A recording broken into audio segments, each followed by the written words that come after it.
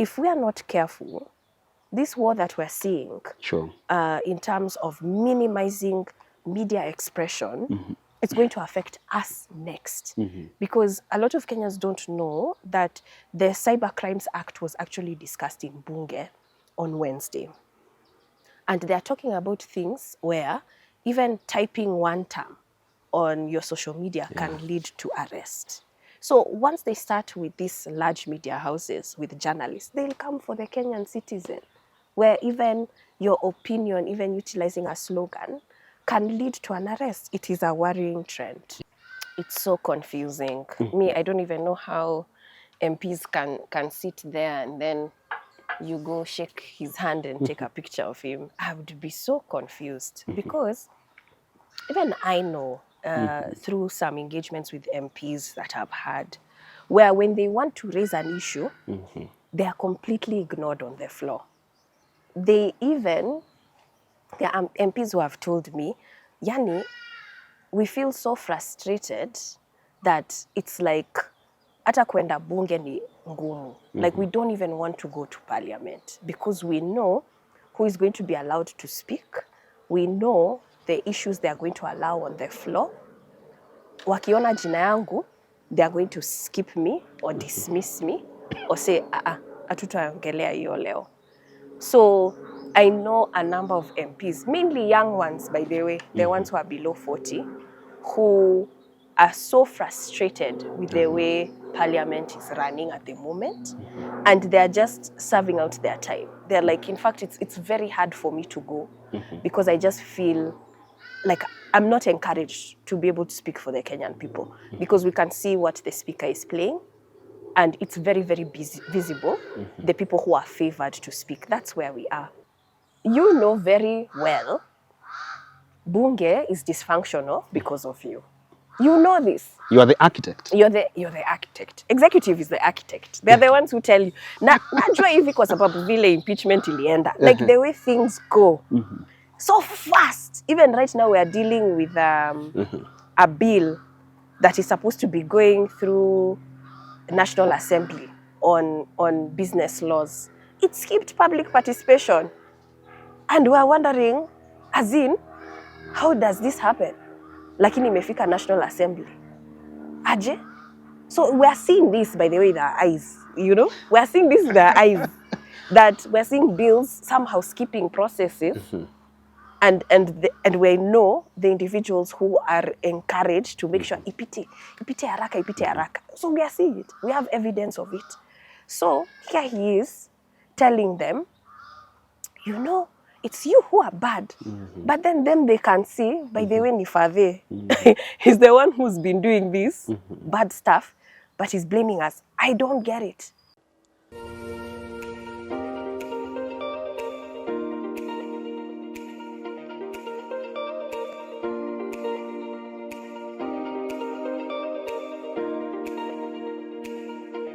I am very delighted to have you on Richard Mwenja exclusive. It is August, very chilly, but we thank God that we are here yet again to unpack conversations that are shaping Kenya's political and governance landscape. Every Saturday, you know, I'm in the phenomenal company of Executive Director, Siasa Place, the first of her name, Madam Nerima Wako. Nerima, great to see you. Good to see you. Happy birthday, you just turned a year old. I did.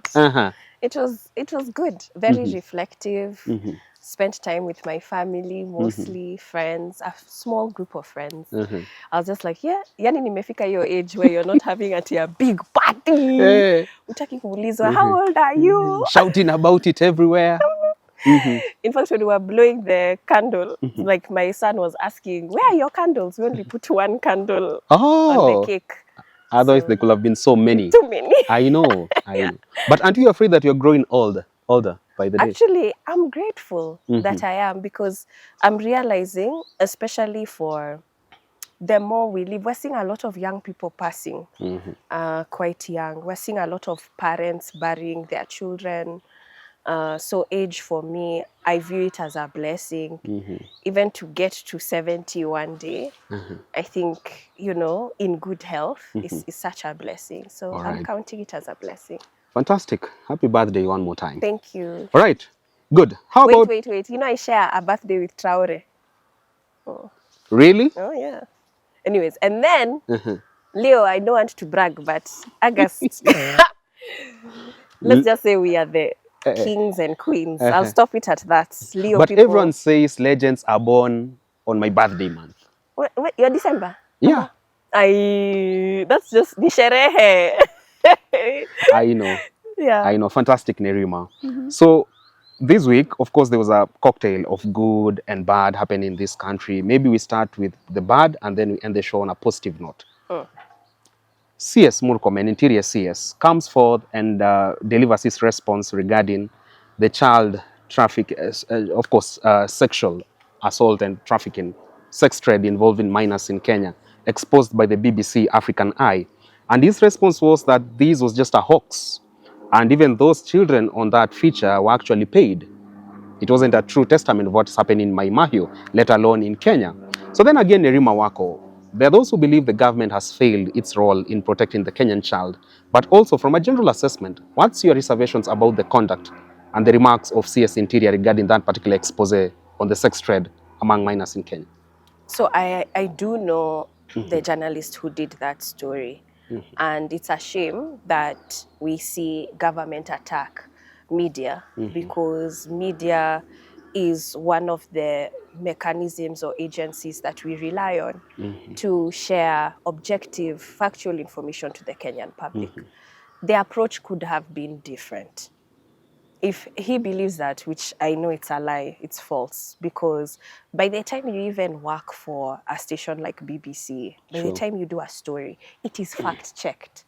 The amount of fact-checking that must be done before an expose like that is exposed or shared with the world, it leaves several stages of confirmation before it happens. So they've done their due diligence. Government should have done its due diligence. Why don't you set the institutions to investigate? Why don't you have them even discussing this in Bunge? Why don't you have the right committees put in place? Why don't you have a report done and share that, this is what we have found out, and these are the people who are in charge of bribing and, creating this false impression of young people in danger. And we are going to use due process. They are going to go through the courts and they will be found guilty if evidence is there, enough evidence is there.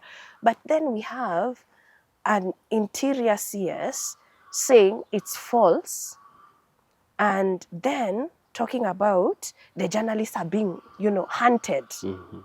Hunted. What is that? Summon them. Serve them with paperwork in terms of we're doing an investigation. Use process. How do you now go and start hunting journalists? What country is this? So I don't even agree with the statement. The statement being said was wrong to begin with. There are mechanisms that should have been utilized to do this. And I'm worried about where we're heading. Because even remember when the documentary on Blood Parliament came out, same thing, why are international press, highlighting these issues and showing us in bad light? How many times have they also been upset at Larry Madowo? Sure. Same thing. Yet, even the evidence of Larry Madowo's videos, live bullets during the protests, that evidence is being utilized in reports that have been submitted to the UN because it's live TV. You're showing live ammunition. So how do you say that that's fake? How do you say that that's fake or that's wrong for him to do? And he's doing his job. If we are not careful, this war that we're seeing in terms of minimizing media expression, it's going to affect us next. Because a lot of Kenyans don't know that the Cyber Crimes Act was actually discussed in Bunge on Wednesday. And they're talking about things where even typing one term on your social media can lead to arrest. So once they start with these large media houses, with journalists, they'll come for the Kenyan citizen, where even your opinion, even utilizing a slogan, can lead to an arrest. It is a worrying trend. It is a worrying trend, which actually takes me back to one of the statements by Raila Odinga during his speech at the Devolution conference this year's edition in Homa Bay. And he talked of even the media. When you see them exposing corruption, oftentimes They're doing so because they have been paid by an external party. They're not doing that out of allegiance or deep patriotism for the country to show what's wrong or what's right. So then again, you're talking about increased attack on the media. If now this coming from Interior CS Murkomen and Raila Odinga, who should be playing oversight on the government of today, does this mean that media, of course, now the biggest nightmare in the face of today's government? Media will be a nightmare to today's government just because of the number of scandals we have seen over the last few months. We almost see a scandal weekly. And it's also because of the rampant use of resources without budget lines. When you see a gathering at State House, I've never seen a concert at State House. Have you? See, we saw one. It's first time. It is the first time. You know, this administration, I was going to say I feel. Actually, it's not I feel. It is reality. This administration has minimized the essence of ambiguity, this sense of authority. You know, the way, for instance, when we think of State House, it's very few, it's the privileged, you know, a preserve for few. It's a preserve for few. And, you know, people will argue, oh, there are, you know, state houses that are accessible to the people. Okay, let's talk about White House, okay? So the White House has a barrier where people can protest right in front of it, but you can't get inside to the yard of White House. There's also another section that the public can go to that definitely has certain offices, but there's a high level where you can't get access to. Now, what this president has done, the gardens of State House have become campaign grounds, okay? So we saw Uhuru inviting people, small cluster groups during the campaign. We're not in a campaign period. We're not, okay? But somehow, we're talking about initiatives being launched at State House grounds, a place where this is not a UDA function. This is a president. This is a symbol of unity of the Kenyan people. Even people who didn't vote for him, he represents. Not a dispatch center. Not a dispatch center. This shouldn't be UDA peeps. It shouldn't be hustler ground. It should be Kenyan ground, you know? It should be Kenyan ground. But they have gone and made this ground a UDA zone, which for me is worrying. And so when you have media reporting on what budget was used for this, because this looks like a party affair, but it's being fronted as a national affair. But what budget? And even when we see the amount of media that's been highlighting, you know, people are getting empowerment. Empowerment programs. You know, you're seeing people saying, how many motorbikes? And I mean, man, you never got a motorbike yourself, Nerima? I'm glad I didn't. No, I didn't. And good for those people that bike was taken back. Serves them right. Na wale walisikia ugonjwa wakati walikula. Good for you. Ndo usikie uchungu. Pay the dues. Pay the dues. Pay the dues. Even the universe is paying back. But anyway, so I was saying that, so now you're here saying how the media is being paid, but you're seeing how media is struggling. Media houses, they're struggling. They don't have resources. Even advertising, they depend on government to do advertising on their papers. And we've seen how papers have declined, how advertising has declined. Even there was a point where government threatened that we're not going to, you know, advertise on your papers because you're shining us in bad light. But we should be pushing for this information to come out. You know, it should be in the public anyway. It should be in the light anyway. We shouldn't be worried about who paid what to expose. The fact is the expose real? Yes. Is it true? Yes. It happened? Yes. That expose is the problem. Those are the fundamental questions that have to be addressed. Yeah. Not the other superficial engagement around the corruption subject. That is making us focus on the wrong things. I think we're making noise about the wrong things. It's someone did wrong, and it's someone who is to serve the public, and they need to be held accountable. You shouldn't be, nani amekutuma? I think the president has an answer to your concern regarding runaway graft we are witnessing in Kenya. And he has put the blame squarely at the doorstep of the parliament of today. You MPs have turned parliament into a den of graft, a den of theft. But then again, Nerima Wako, You've always questioned the association between the executive of Kenya Kwanza administration and the parliament of today, saying it is the arm of the government which has emasculated further today's parliament. So when the president talks of you are the person responsible for this graft, is that the height of doublespeak from your lenses? It's so confusing. Me, I don't even know how MPs can sit there and then you go shake his hand and take a picture of him. I would be so confused because even I know through some engagements with MPs that I've had, where when they want to raise an issue, they are completely ignored on the floor.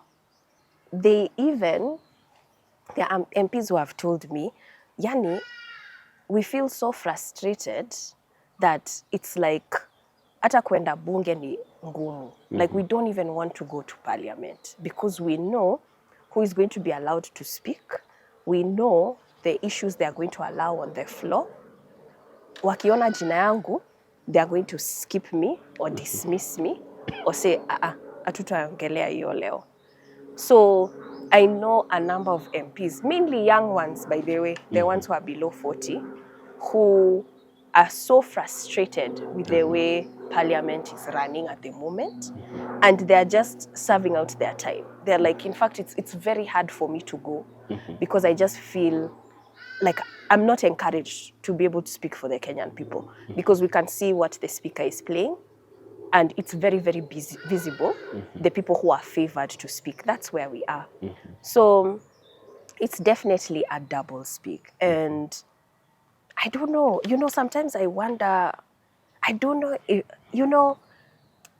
I wonder whether he knows he's lying. It's very hard.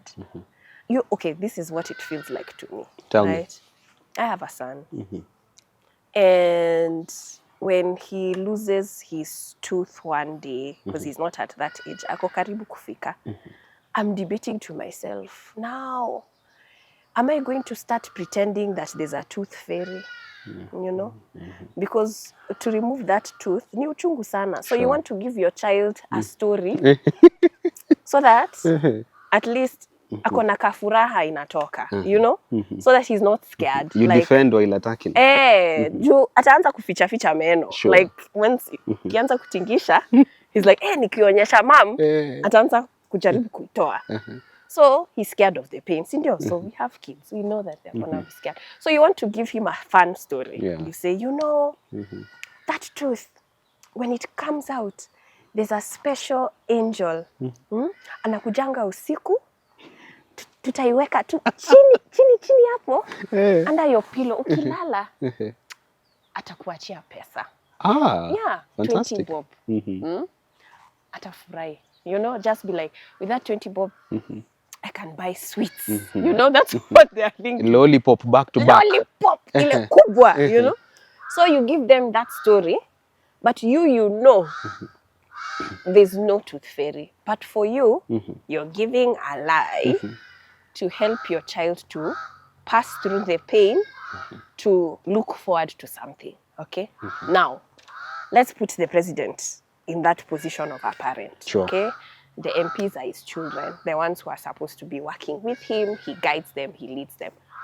I'm not sure what he's lying about. I can't figure it out because you know very well Bunge is dysfunctional because of you.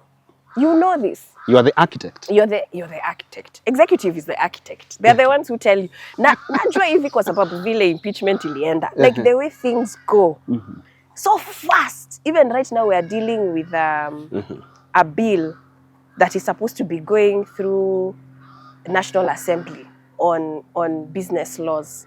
It skipped public participation. And we are wondering, as in, how does this happen? Lakini imefika National Assembly. Aje? So we are seeing this, by the way, with our eyes, We are seeing this with our eyes. That we are seeing bills somehow skipping processes. And we know the individuals who are encouraged to make sure ipite haraka. So we are seeing it. We have evidence of it. So here he is telling them, it's you who are bad. But then they can see, by the way, Nifave, he's the one who's been doing this bad stuff, but he's blaming us. I don't get it. it's so confusing because you're not doing it to protect them. You're not. You are making them look bad in front of the Kenyan people. He's not protecting them. There's no pain he's protecting them from. When he stands on that podium with national approach and appearance, and he tells the Kenyan people, it's them who are doing bad. Imagine ni wao. All this corruption ni wao. You are the blemished lamb. They are the ones. Yani he's here telling Kenyans they are the ones. Lakini hapo nyuma, wanajua, he's the one. So I'm like, what game? What? You lie to protect yourself. To protect yourself, not even the foot soldiers who are supposed to build your campaign, who are supposed to build your legacy. You are actually throwing them under the bus. So now, do you agree with Rigathi Gachagua when he actually dismissed the parliament of today as a theatre of the absurd? It's very absurd.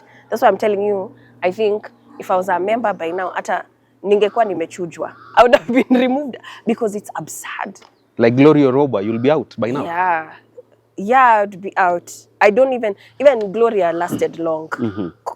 A personality like mine would have been out in the first month because you start to recall and speak out to these absurdities. You start to question. You start to question your oath, why you're here, your representation, and it's very difficult. It's a battle of principle, and people who are truly principled, you can't survive.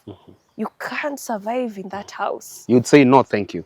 I would say no. And in the spirit of no, thank you, we've seen political commentator and thought leader Duncan Ojwang actually turned down the appointment to the board of Kenya National Commission on Human Rights. He's not the first person to turn down the presidential appointment. Several others of late have been doing so.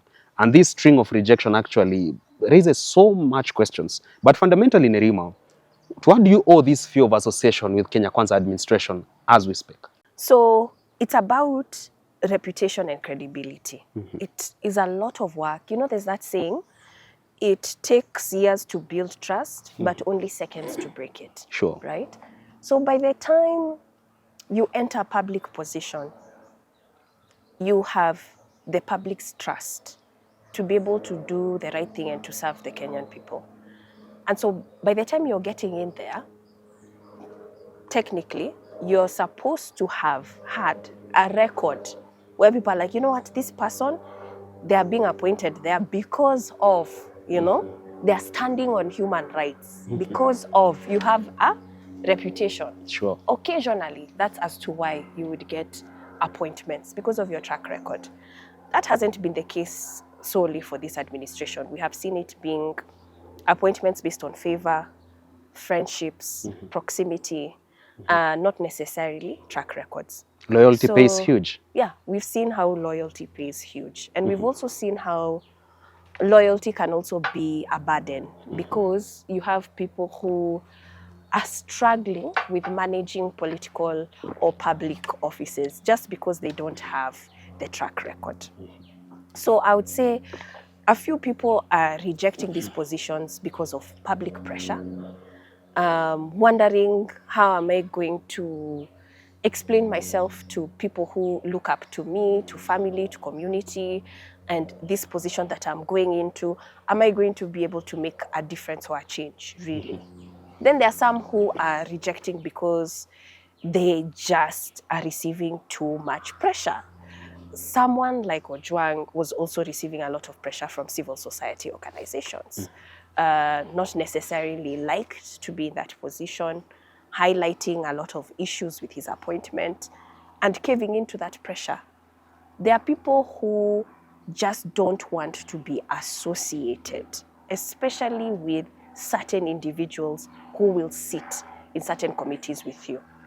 What I'm talking about is even this one on compensation of victims. Sure. Makau Mutua. There was someone who was talking to me a few days ago saying how really looked up to him, and then just how in a matter of a few years, how he has just changed so quickly. Someone who used to write on human rights and violations and the state doing better, transitional justice, what that looks like. But then you meet someone who you even wonder what happened. What happened to that professor? It seems like they changed drastically in a short period of time. And when Father Dolan calls that out, you say, let us deal with our home issues. Exactly. Exactly. So it also now makes you realize what people stand on, what principles they stand on. People who accept these positions, they are willing to overlook. They are willing to say, you know what, I'm going to do it to serve the Kenyan people. But would you be able to serve when the people seated next to you have been a hindrance? Can you move forward when people who sit next to you have always been sitting still? And sometimes you don't want to use your energies in a mechanism that you know will be dead on arrival. Let me ask you, Benja, what happened to the audit committee that was set up? The one where Faith Odhiambo rejected. True. What happened to it? After it was set up after June 25th last year? What happened? I think it has died a natural death. It died. Yeah, it died. Did they even meet? I don't know. This is another knee-jerk reaction to give closure to families of victims of the protests. Yeah. Yeah. For me, honestly, I'm like, show me committees that have been set up by this administration after crisis that have launched reports that have led to something. Task force was set up to deal with pending bills. Iko wapi sasa? The governors are complaining about pending bills. A task force. Did we need one? In the first place? Did we need one? Maybe we need to enter into an MOU. Aye. So that we can get these things we desire. See, that's that thinking, you know? It's like we think to make things work, we create more things. I don't understand that logic. We don't need a charter? No. First of all, even this thing for the victims, there was a framework that was supposed to be created by Parliament. This is something that has taken years of work by passionate Kenyans to be able to produce, that even involved, you know, historical injustices of decades ago. But then here we have this, you know, thing created, and then they are supposed to start next week. True. Alafu wameshapatiwa budget. And you're like, what happened to this entire process that you should have channeled energy toward, that was supposed to actually be seated by Kenya National Human Rights Commission? Why would you stop it? And then to see Kenya National Human Rights Commission say, yes, we agree with it. I'm like, can we be serious? You know? Critique when we see that process is being overrun and overlooked. And let's work with the systems that exist. These are institutions. This is what build institutions. When we start to build committees and you say Makau Mutua, first of all, a position, an advisor that shouldn't be there to begin with is the one that's going to chair it. The foundation is already wrong. It's like building on sand. So now you come to me, you offer me a job. But me, I can see umejenga nyumba kwa mchanga. Me, I'm not going to move into that house with you. I will tell you, okay, Godspeed. You know, you and that journey of yours, chukua tu. Lakini, I'm not joining you. I can see the sand. So why would I, in my right mind, join you in that house that I know has a foundation on sand? A Tower of Babel. Yeah, it is only a matter of time. We'll be swept away either by water or wind. It's coming? It's coming. Nerima, finally, in the interest of time, one person you've often credited his whistleblowing, Rigathi Gachagua, is making a return to the Kenyan soil on 21st August. You've always looked forward to more tea, more expose, more much of the Pandora's box being brought to light. And yes, he's coming. But even the president says, okay, you are coming, but your manifesto is Ruto must go. You are critiquing, but you're not offering solution. So to this end, one term is just fertile imagination. I mean, it's not going to happen. How do you even welcome this comeback of Rigathi Gachagua to the country? And going forth for the opposition, should they deliver their manifesto to William Ruto in the first place or to the people of Kenya? So I think actually it's bearing fruit, because he's exposing things that Kenyans would have never known about, because he had access and he was privy to certain levels of information that should be out in the public anyway, because these are public figures utilizing our resource and mismanaging it. So for me, like I've always said, God has given him the spirit of blabbering, and may his blabbering continue. May it not relent. May it be so annoying to the political class and those in leadership that Kenyan people will sift through for the truth in it. May his blabber continue. And even as he returns, it is creating a shift politically. It's causing people to think differently, alignments. Even with young members. You know, right now you're focusing on Manyora, blah, blah, blah. Yeah. But remember, there was the young lady who said in the trip in US, Valentine, where she was like, no. Young people are not tribalist. Them, they want a different Kenya. It has forced young people to actually organize. And even when I see images of Caleb Amisi, Sifuna, Wamuchomba, Babu Owino, Kibagendi, you're seeing a conversation around, okay, what is alternative? This is healthy. This is healthy for us. Very. So we're not looking at the usual suspects all the time. So they're not playing to the gallery, the Wamuchomba, Sifuna? I don't think they are. The fact that they met, they are not playing to the gallery. Because we're so used to seeing maybe Kalonzo, maybe Wamalwa. We're so used to them with tea. Pictures of them with tea and then suspense. You know, what are they discussing here? That's good. So we're seeing a different conversation about politics, and it's a good thing to bring diversity in our politics. For me, all that diversity, let's bring it to the table. A few days ago, this year's edition of Devolution Conference happened. Nerima Wako, as someone who's commented so much on governance issues in this country and also the hits and misses therein, to this end, how do you render devolved units of government? Have they really lived to your desires in the first place? Considering that we've had our constitution for 15 years, it's high time that we evaluated how devolution is working at the grassroots. We're still seeing a lot of resources that are lost. As much as we've seen development in counties, it's a good thing that we can have major national events across the country and also expose counties and have people travel to those counties and give them business opportunities. For me, Kenya can be in a better place, in all honesty. The work that we do in the counties as Siasa Place, we have seen young people being involved in public participation. We've seen them hold county governments accountable in terms of questioning where resources have gone to particular schools or health facilities or agricultural projects.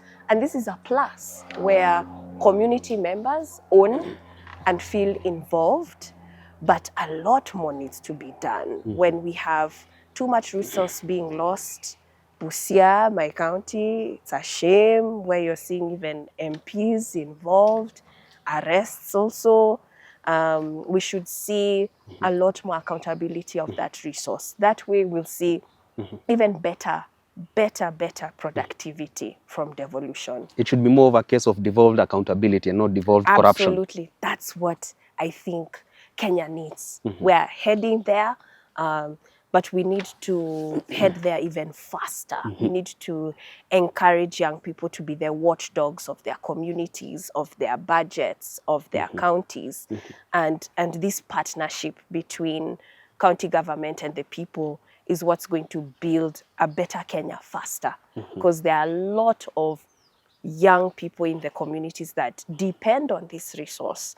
And so it's very essential that the resource is utilized to every shilling and it gets to where it needs to go, rather than people's personal accounts, to do their own tenders, to be able to upgrade their family status, rather than the community status. Fantastic. Something interesting happened during the Devolution Conference, and that was the showcasing of personal startup by Charlene Ruto, her apiculture venture. And we've always had this story about, there are so many success stories of Mama Mboga, Mtu wa Boda Boda, and even how Hustler Fund has helped in financial inclusion. And now the bottom-up transformation model is truly, truly working. Now, if you're going to single out Charlene Ruto's success story, does that mean that this is the lay of the land? It's just that us, we want to play blind to these realities that so many people have benefited from the bottom-up approach? I'm still questioning what 500 shillings can do. There was a clip of a young man talking about how he started a business using 500 shillings from Hustler Fund. And why are you laughing? I remember this story. From rags to riches, from charcoal to gold. That was the story. He was actually called Harrison Kenga from Coast. And you know, some of these stories, there are some loopholes, and some of these stories, they are also outliers. You know, there are people who have made it, but there are very few people who can make it with that same trajectory. Charlene Ruto has just talked about her story, her resilience journey, all thanks to the bottom-up approach. Why are you laughing, Nerima? This clearly is a girl determined to go against all odds, to benefit from a government that is speaking to the hearts of Mama Mboga na Mtu wa Boda Boda. Why do you feel that's just a show? I do, because she didn't have to be the poster child for this initiative. She didn't, you know. You know, I also have an organization, but it has taken 10 years. It has taken 10 years. Huh? To get where you are. To get where I am. It's been tough, man. And so even when I see some of these stories, fine. Okay, if it exists, let Mama Mboga explain the story. Because, you know, me, I've gone to a place where, okay, I'm not going to name the name of this organization, where they talked about how they help women through tailoring. Okay, they buy them sewing machines, and how buying these women these sewing machines, it has changed their lives, and they've started a tailoring business. So you're impressed, right? Sure. And kuna wazungu wengi hapo, very impressed. Then you just side chat the mama. You know, you're like, wow, well done. This is fantastic. Hata mimi najua kushona. Ebu wacha nikae niweke uzi. Hata hakuweza. Come on, Nerima. PR stints all over the place. Hakuweza kuweka uzi. Akasema, we, wacha nikuambie ukweli. There are people who are given boda bodas but don't know how to ride one in the first place. First of all, the number of boda boda guys without even licenses to ride. Hata insurance hawana. Ukigongana kwa barabara wanakimbia. Ama wanakuambia, kai, tafadhali. That's Kenya for you. You know this is the reality on the ground. But let's give her her dues. Rising from selling smokies in campus to now owning this. I really don't know how to tackle this conversation. I'm struggling. I just don't know what to say. I don't know what to say about her. I just don't. She didn't have to be the face of it all. See, we just highlight a success story for real. It doesn't have to be her. Let's just highlight, you know, let's put the actual Kenyan, young Kenyan at the front that has succeeded. It doesn't have to be her, you know. All right, very finally, Nerima, following the expose to do with child sex trade in Kenya, and maybe more girls are now growing fearful that maybe I'm going to end in this tunnel because of the economic hardships. What is your word to that fearful Kenyan daughter watching the show today? It's worrying. You know, there's also a trend of, first of all, there's a rise in HIV. There's also cases of young girls to be able to get pads doing this sort of thing because we're in a country where we buy this. And so even when we talk about young girls and the lives that they live, the rise of femicide scares me. As the economy goes on a downturn, we see violence toward women just increasing and lashing out on women. And so it's not a rosy place to be in. There's a general fear of angering someone. And people are easily angered just because of the level of stress in our communities. And we have seen defilement. It's unfortunate that girls don't even have to go out of their way to be attacked and defiled. It's even young girls in houses from uncles and family members taking advantage of them. So it's really a bleak situation for our country. And the government must do more to protect young girls, women, but most importantly, the youth. Just having conducive environments for them is essential for their well-being. That's the antidote? Yeah. All right, there you have it from Executive Director, Siasa Place, Madam Nerima Wako, a celebrated thought leader in this country, youth empowerment activist, and she's all about real and authentic empowerment. She argues, let's do away with the PR stints, the knee-jerk reactions, populist moves. They're not sustainable. They're not going to make Kenya the Singapore of Africa, as we always talk of. Nerima Wako, thank you so much for coming through this week. Thank you. We wait to see you next week. Yes. All right, sure. fantastic. And one more time, happy birthday. Thank you. Prayers for longevity of life and good health. Amen. And please continue aging gracefully. I know, right? We can barely tell God you are that old. giving me grace. Amen. Touch kwayo. Tell us the secret though, for the benefit of our audience. What's the secret though, to aging this gracefully? Honestly, I think it's in my family. My mom doesn't even look 70, to be honest. Okay. And also eating well and resting. I was told the secret lies in at least a glass of wine every day, fine wine. Is that true? I'm a beer person, by the way. And a bad dancer at it. Yeah, I'm a bad dancer. All right, continue watching the rest of the editions.